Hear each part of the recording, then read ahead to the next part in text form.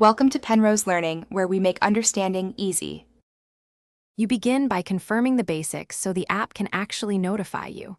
Open user settings and enable global notifications, then make sure Discord is allowed in your OS or phone notification panel.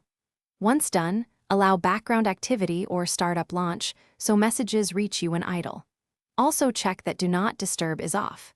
These steps let subsequent, finer changes take effect.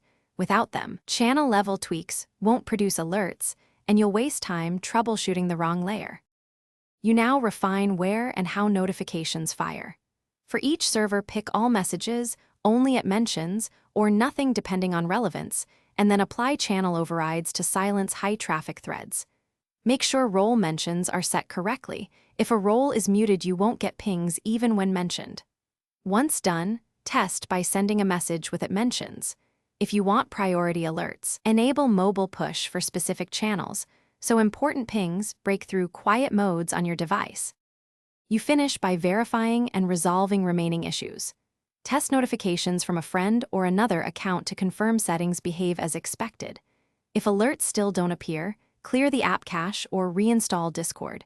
Corrupt data often blocks notifications. Make sure your app and operating system are updated and that device-level focus or Do Not Disturb modes are disabled. If problems persist, restart the device and recheck permissions. That one troubleshooting tip resolves many stubborn notifications. Thanks for watching. If this was helpful, leave a like and consider subscribing. See you next time.